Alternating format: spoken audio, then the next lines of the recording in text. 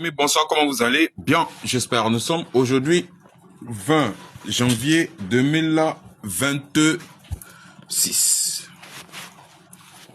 Les gars, vous rappelez, dimanche, j'ai publié 2 vidéos dans lesquelles on a parlé de l'organisation de la Coupe d'Afrique des militaires au Burkina Faso.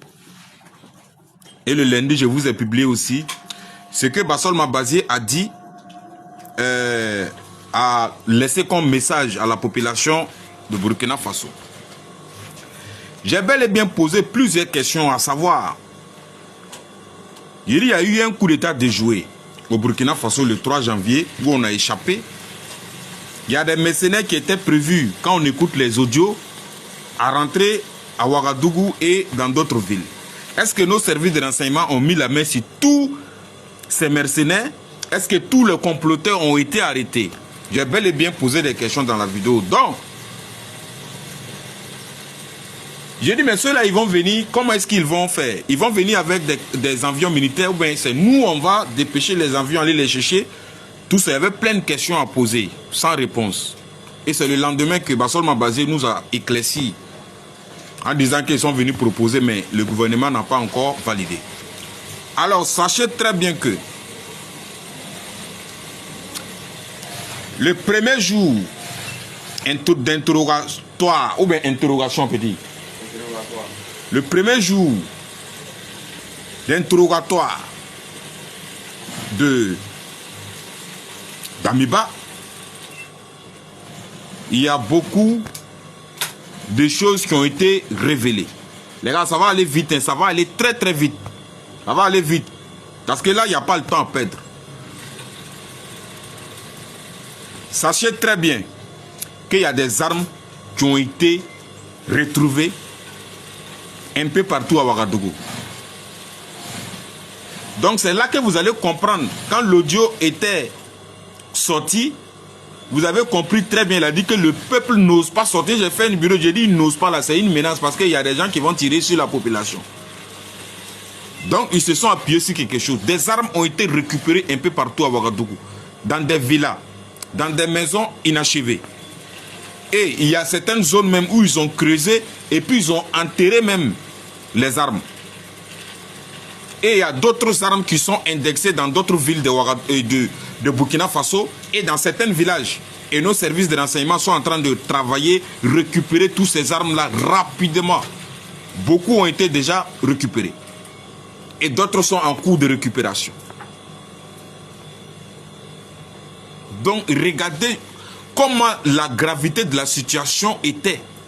Maintenant, ceux-là qui disent que ce n'est pas normal d'arrêter Damiba, ces armes qui étaient toujours cachées à Ouagadougou allaient servir à quoi?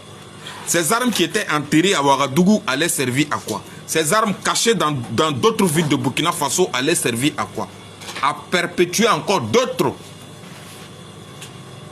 tentatives de déstabilisation et tentatives d'envoi au repos éternel à nos dirigeants. Vous voyez comment la situation était grave, lourde.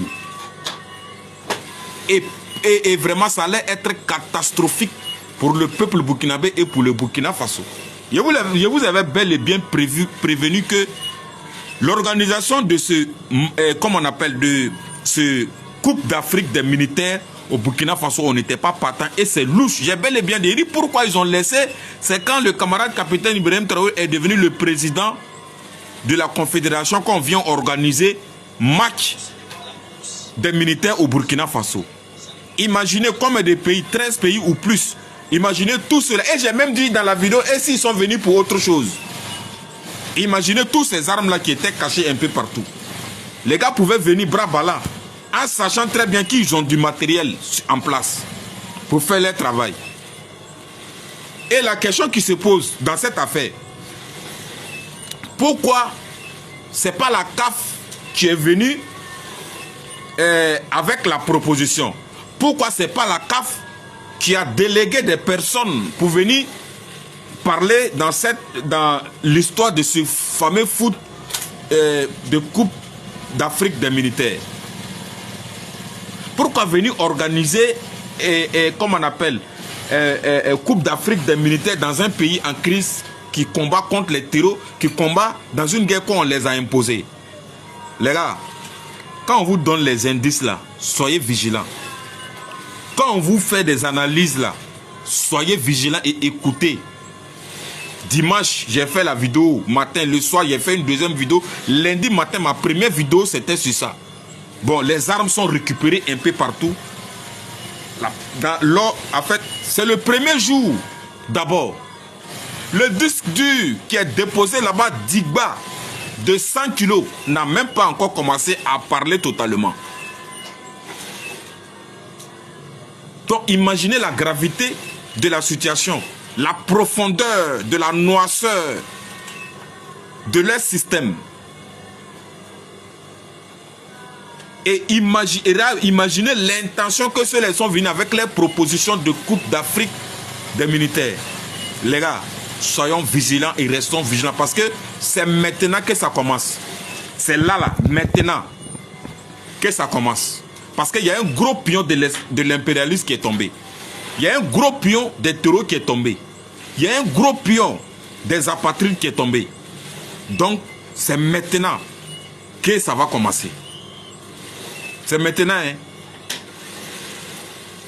Et soyez vigilants quand on vous donne les indices en parabole là. Soyez vigilants. One love, le combat continue.